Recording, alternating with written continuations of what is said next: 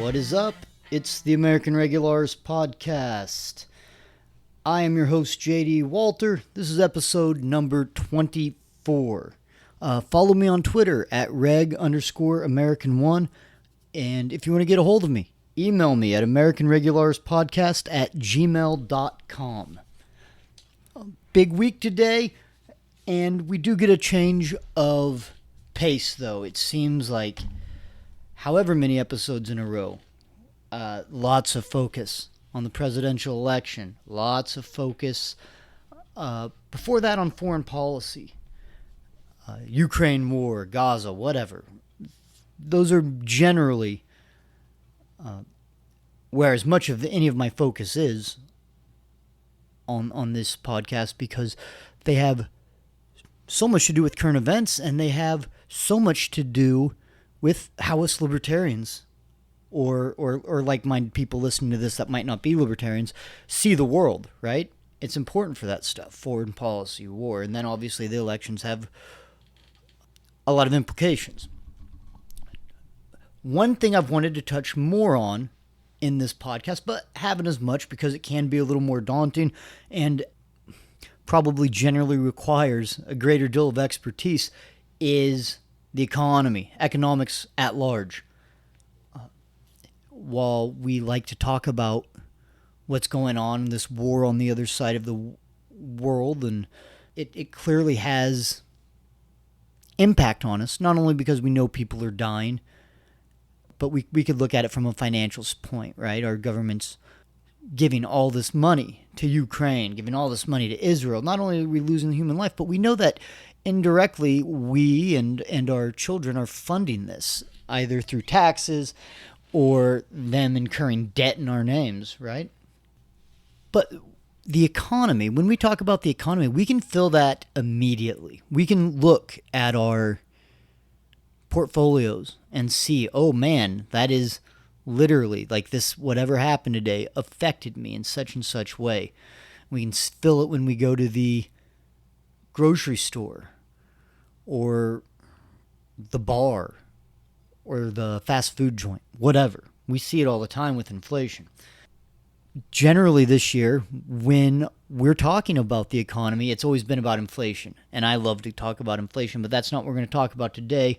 We're going to talk about the stock market, which has a lot of problems, right? But they brag on it. And the politicians put so much, I guess, for lack of a better word or one that doesn't sound like a pun, they put a lot of stock into it, right? On Monday, the stock market dropped like 1,000 points. I think both of them, like Dow Jones and S&P 500. And I'm sure I'm going to say some of this wrong because I am, as much as I enjoy the economy, I'm not a guy that follows the stock markets constantly. I'm not your guy for that. But I think I can do a good job explaining why this is so interesting, other than the fact that people lost money, and then probably some people bought it because it seemed, or made money because inevitably some people would have bought at the bottom and maybe did well for themselves. But overall, today as I'm writing it, the stock market was back down again, basically to the same level it was on Monday. Now, there's just fluctuations and panics and maybe inexplicable things that can drop the stock market some, but that's not necessarily the case here. I think there's some things we can look at and say, what's going on? And also, I'm not saying either one is the definitive reason, but we can look and say, hey, this makes uncertainty, and right, and the markets like certainty. So why did the stock market drop like that so quickly? People have been bragging about jobs on the Biden campaign. Hey, jobs are great, jobs are great, jobs are great.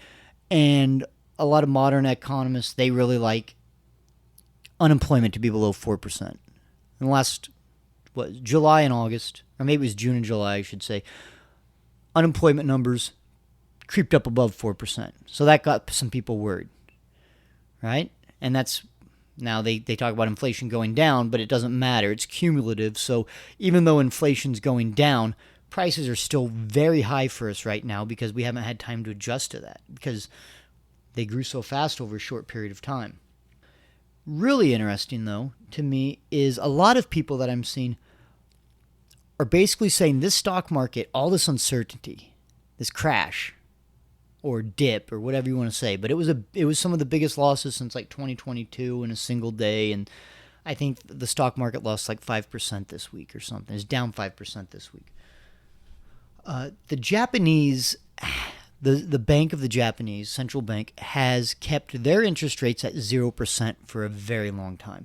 If you remember the '08 financial crisis, that was one of the things we did is we put interest rates at 0%. Everybody can take loans out on everything. Oh, that's great. It throws money onto the economy. It helps deplete savings because why would you not buy money when it's cheap, which is what a loan is. But that was kind of a Band-Aid. These artificially low interest rates are a detriment in the long term. It's a short-term solution, and that's why we've been having to finally raise interest rates, because we couldn't combat the inflation otherwise, right?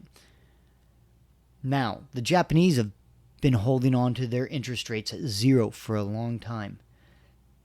They raised it to 0.25%, their interest rates to 0.25%. Quarter of a point. And that's enough to make not only the stock markets, Bitcoin, and all sorts of commodities, everything's just dropping. And I can't explain why. If that interests you, and I hope it does, there's got to be someone else that can explain more succinctly why all that happened. But I know this. I know that if a country on the other side of the world, even a financial powerhouse like Japan, if them raising their interest rates 0.25% causes the global economy to panic and drop and fluctuate, this is a very precarious global economy we are living in. And we see that everywhere. We see it with debts. We see it with inflation, government debts. And now we can see it just a country. I understand where the dollar was the reserve currency of the world. When interest rates go up on the dollar, I can see that having a big world effect. But why did Japan's? I guess they borrow in the yen for basically zero interest, and then you invest it in U.S. assets. I guess that's generally what I'm reading as like a shorthand version of why that affected the market so greatly. Okay, if that doesn't sound crazy, that's a pretty, to me, to a guy that's not an economist but is interested in it, that's a pretty innocuous statement. Like, I understand it, but I don't understand just how powerful that 0.25% raise is to cause this much economic turmoil. And I think that shows instability. And instability, or uncertainty, or whatever you want to call it, it just raises the hackles up on the back of your neck a little bit. And I have no predictions, and I have no financial advice. But us libertarians are, I think in economics, we're kind of like the Native Americans. I think there's an old Bruce Willis movie where they say, you know why the rain dance that the Indians did, you know why that worked? It's because they kept dancing till it rained. So eventually, yeah, okay, then it worked. We danced for 3 months, but then it finally rained, right? I think libertarians are very good at saying, hey, there's a poison in here, or something's wrong, or the market's going to crash, or the other shoe's going to drop. And then the problem is, someone inevitably goes, okay, when? You're like, I don't know. Could be any day. And then it's not. And they say, well, see, you don't know what the hell you're talking about. And I don't know when. I don't know when. But I know when things like this happen, from things that seem very small, like a butterfly flapping its wings on the other side of the world to make a hurricane or whatever the old, what would you call that, idiom or metaphor or whatever it is. When these little things have such big effects, I do not think it points to a healthy economy. And that'll be interesting to see. It'll be interesting to see how it affects us, because obviously the economy is going to affect us as much as anything. It could also affect the election.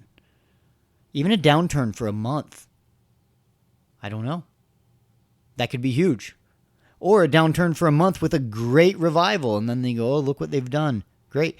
I don't know. It could bring a whole new element to this election because people were talking about the economy in terms of, jobs. Trump saying immigrants are taking black jobs. I'm going to bring jobs back. And Biden is talking about how good core inflation is, or he's talking about how he recovered us from the COVID lockdowns or whatever.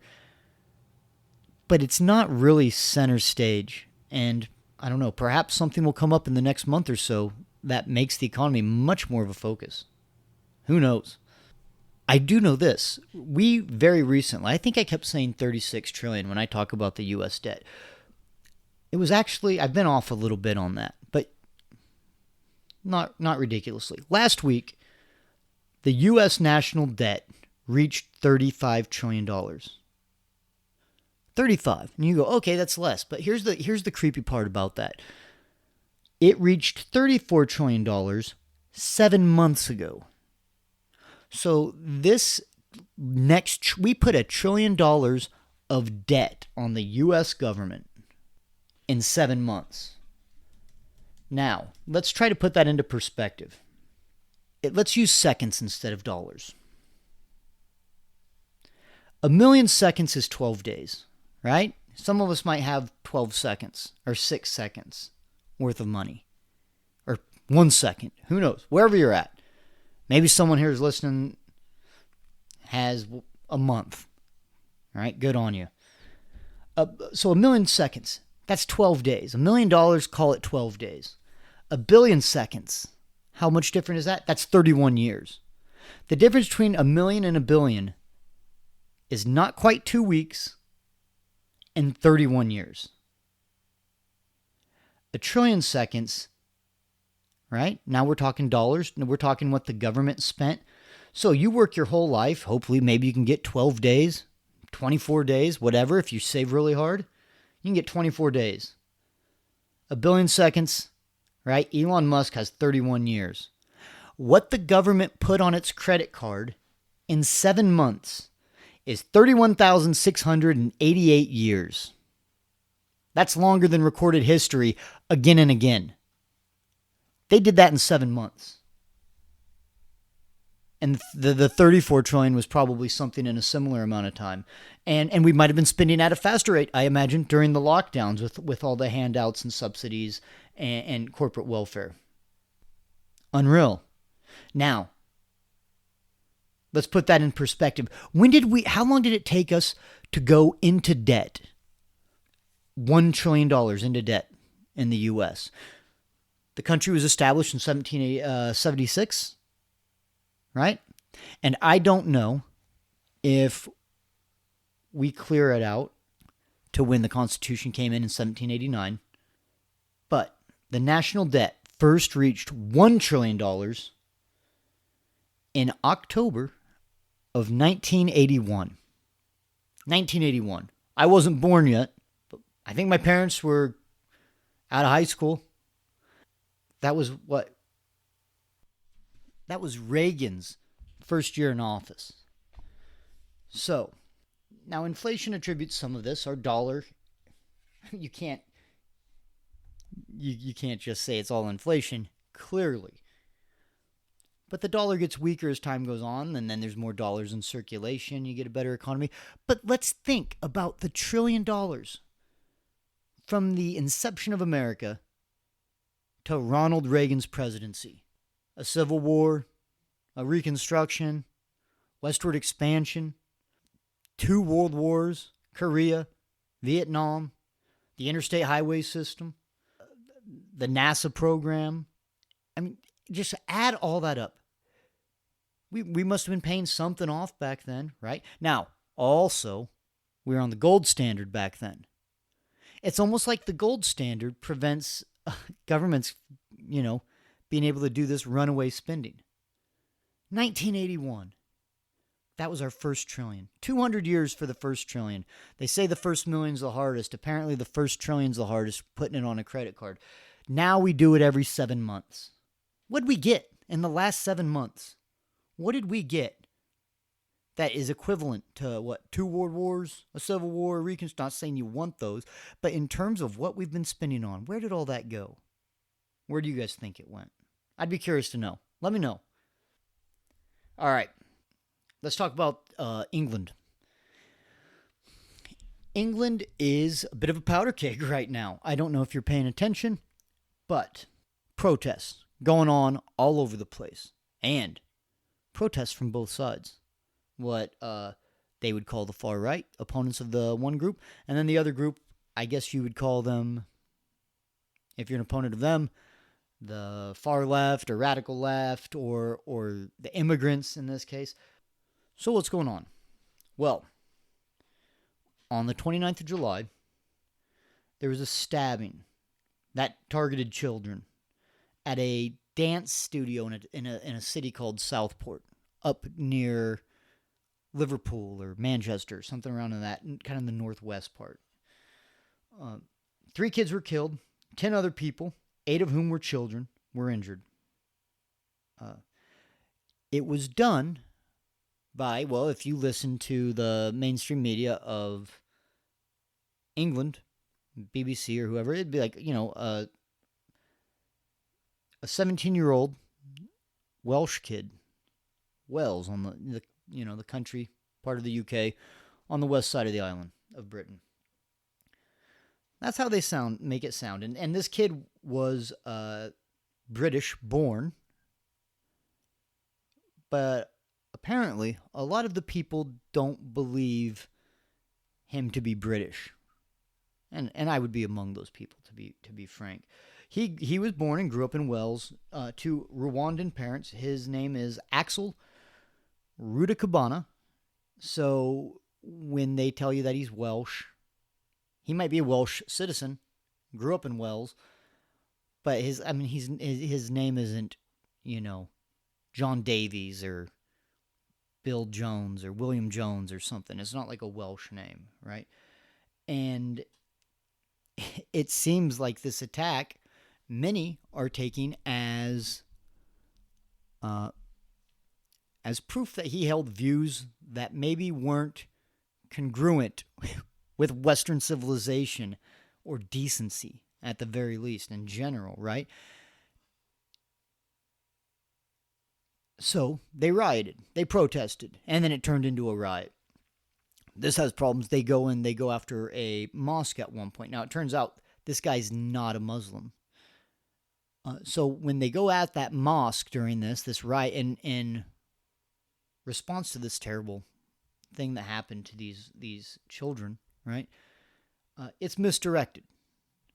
And then there's a lot of news going, oh man, people said it was a Muslim guy and then it wasn't, and now it's responsible for all this. And look, the protest shouldn't happen. Well, protesting should happen. I think that's more than fair. The riot shouldn't happen. The destruction, the firing, the people are attacking cars. It shouldn't happen. Their anger's justified. But I don't know that violence or whatever is. But when the media is reporting how all this happened because they misidentified it as this kid, this murderous kid, as a Muslim when he's not, that's not just, it wasn't a single incident. This is a tipping point on the scales, I believe, for these groups that are protesting now all over England. There's protests going in every city, or riots, or whatever you want to call them. I think it's a bit of both. It is not merely about this horrible attack. It is them saying that they are tired of this impending feeling that they are losing their country to immigrants and different cultures. And not only that, but I think they're rioting and protesting that they believe their government is not only not helping them retain England, but that their government is a catalyst for this. And I'm not sure that they're wrong in that. I would tend to see their points. Now, they're not the only ones protesting and rioting, because when they go and do that stuff, it angers people, and then you see more from what they were mad about. And so now there are lots of counter protests and counter riots of Muslim and other foreign immigrants. Many of them on video wielding swords and machetes. There's a video of a group of them cornering a guy outside of a pub and beating him. There's videos of them seeing a white guy in a car. They go and they start kicking and tearing up at the car. And there's violence all across England right now, coming from both sides. And to be clear, neither side should be doing it. I'm not saying neither side has reason to be mad. I'm saying neither side should be violent right now. In terms of the group that's rioting and protesting in anger towards the immigration policies of England, they are also basically the only ones being mentioned and castigated and scorned or rebuked by the media. And they're seemingly the only people getting in any trouble by the British government. They've got a new prime minister there. He's only been there for a little bit. His name's, it's weird, it's Keir Starmer.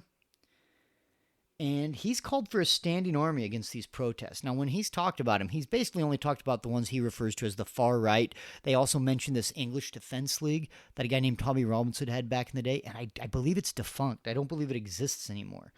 But it's a lot of, far right, white nationalists, extremists, Nazis, lots of stuff like this. But Starmer hasn't really commented at all about all the videos of Muslim guys wielding machetes, chasing native Englishmen. And I think it says a lot, and other people do too. Elon Musk put out a tweet the other day, which Starmer talked about. We'll show a little clip of Starmer in it, and he called him two-tier Keir. It's alliterative, it rhymes with his name, and basically saying he has a two-tier policing system. He's policing different groups on different systems. And look, we've had that in the U.S. before, and we knew it was bad. And it's happening this time, at least according to Musk and people who think along like him. And let's listen to what Starmer has to say about these riots and about Elon Musk calling him out for being biased. And through his bias or partisanship, maybe further fanning the flames of all this violence. So you just heard of your second Cobra in 2 days. Is that a sign of how worried you are about the situation? The Cobra meeting was to coordinate our response to the disorder, and I made it very clear on a number of occasions that those involved will feel the full force of the law. So we coordinated, we went through some of the numbers. Over 400 people now have been arrested, 100 have been charged, some in relation to online activity, and a number of them are already in court. And I'm now expecting substantive sentencing before the end of this week. That should send a very powerful message to anybody involved, either directly or online, that you are likely to be dealt with within a week, and that nobody should be involving themselves in this disorder. There have been a lot of warnings already about... All right, so when he says this disorder, it really seems like they're mentioning or paying particular to the disorder from the protesters who started through the murder of those girls. He doesn't ever mention the other side of that. And if you noticed what I noticed, which was bizarre, if you're an American and hearing it, is he's going in and he's finding this criminality, and they are going to use the full force of the law. But he didn't just say where the protests were happening. He said online as well. And this is something we generally don't see. I think more journalists get arrested here than most of us are aware of. Like, once you look at the list, you go, hey, this is happening. But our degree of free speech is still much superior to most of Europe's and the UK as well. Elon Musk also tweeted the other day. He's in a real little battle with Prime Minister Keir Starmer. A post of 3 men, 2 of them look like you might expect Englishmen to look, white, sandy-colored hair, Europeans. And it just says what their crime was and their sentencing. And the third guy looks Middle Eastern and also younger, I'll say that. Okay, so first guy, posted racist comment on Facebook, 15 weeks in jail.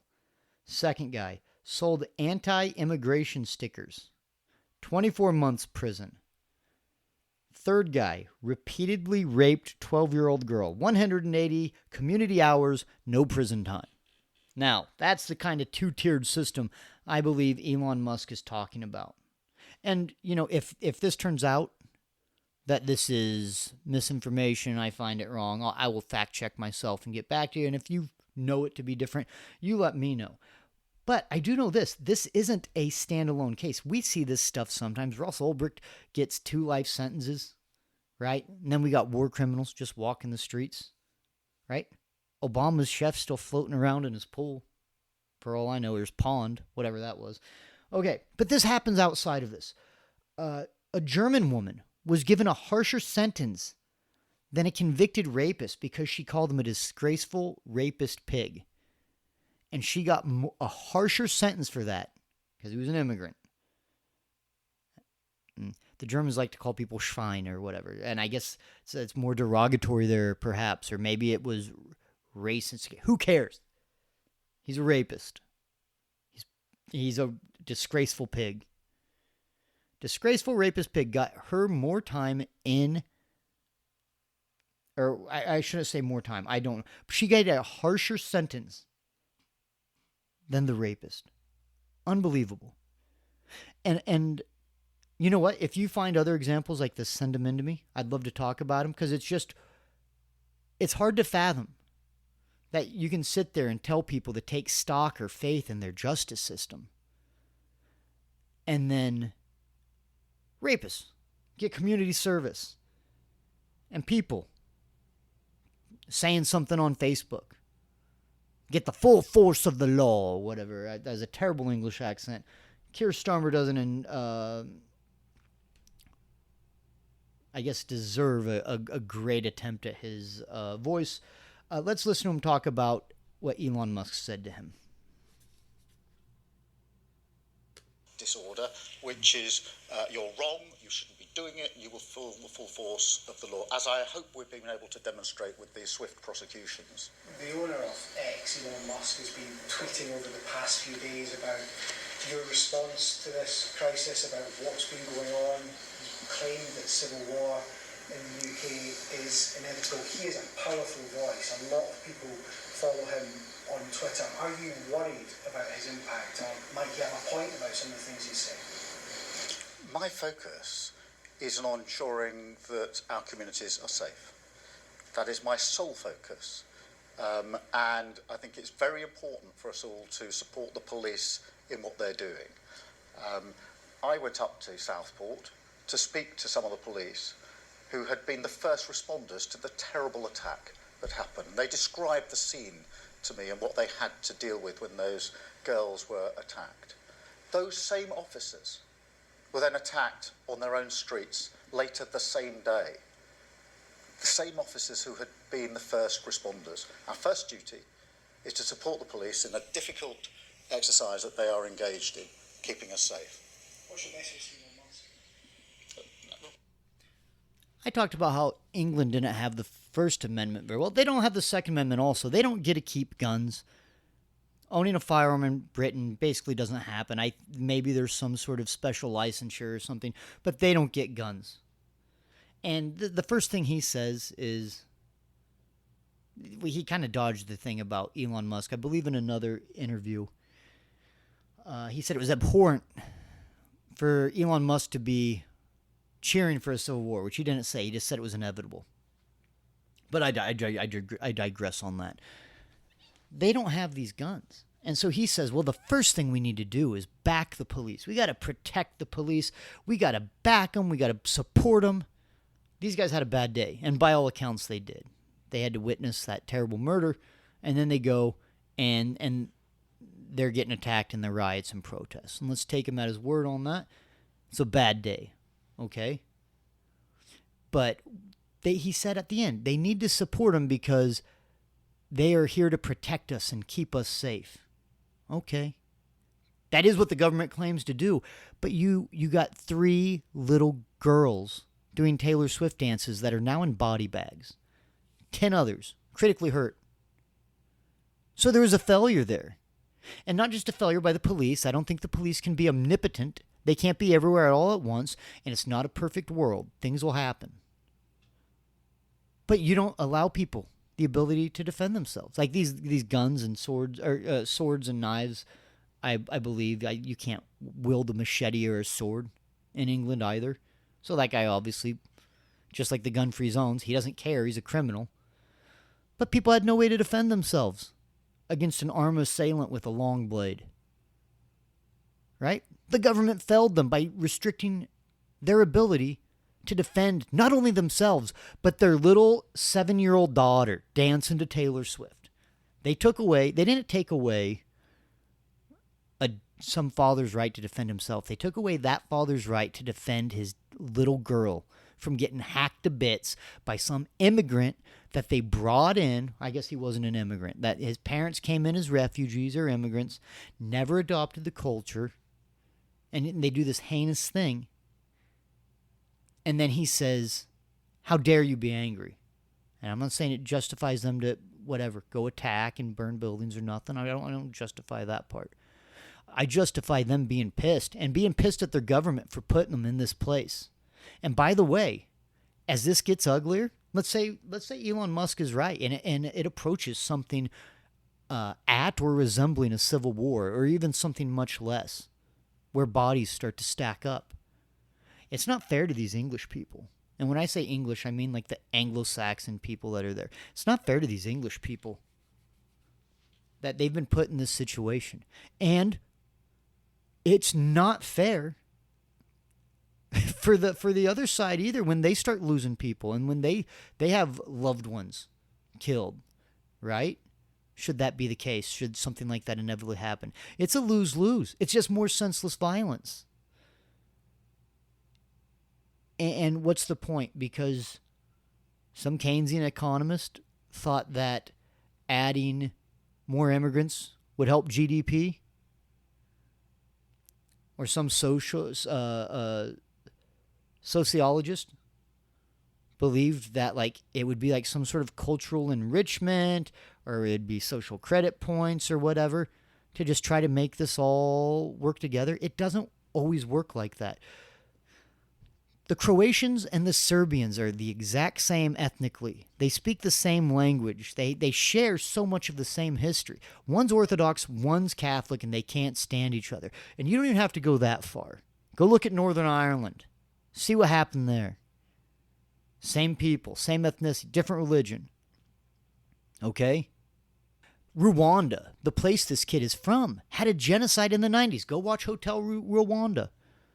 The tribe he's from, the Hutus, genocided the Tutsis. I might be getting those names wrong. But who here is going to tell a Croatian from a Serb apart as they walk down the street? Or a Hutu and a Tutsi? Not me. Right? This integration's not an easy thing. America has all sorts of problems from it. We've done it remarkably well, but we are going to be facing problems like this eventually as well. Germany, like I said with the woman that got a harsher sentence for calling the rapist a pig, they're going to be dealing with this. Lots of Europe is bringing in people at a speed that society cannot adapt to without what I believe will be a lot of violence. It's like if you cook, sometimes in a sauce, you got to temper your egg yolks to pour into a sauce or a stew or something. And what that basically means is you have to whip them up and you have to slowly pour, let's say you got broth or cream or something that's small. You don't dump the eggs into the hot broth or liquid of whatever sort, because it'll just cook the eggs. You have to add a little bit of that liquid into the eggs to bring them up to temperature, to make them less egg and more this amalgamation or mixture of egg and broth. It takes time, and you have to do it somewhat slowly. When you're bringing in 1 million people a year to a pretty small place, the UK is not a large country. You expect stuff. And by the way, this isn't guys that are the exact same, except for a different religion. It's a different religion, a different language, a different civilization, cultural norms, views on women, views on violence, views on freedoms, views on property. It's all radically different. And to believe that you're just going to mix it all together and nothing's going on, it's like just some kid throwing stuff together in a chemist lab, not knowing what the results will be. It's short-sighted, it's egotistical, and it's driven by greed. I would say primarily an ego, maybe as a secondary or tertiary thing. And now people will die because of it. All right, I don't have the answers to it all, but I wanted to let you know what was going on in the world. Thank you for listening. We'll catch you on the next one.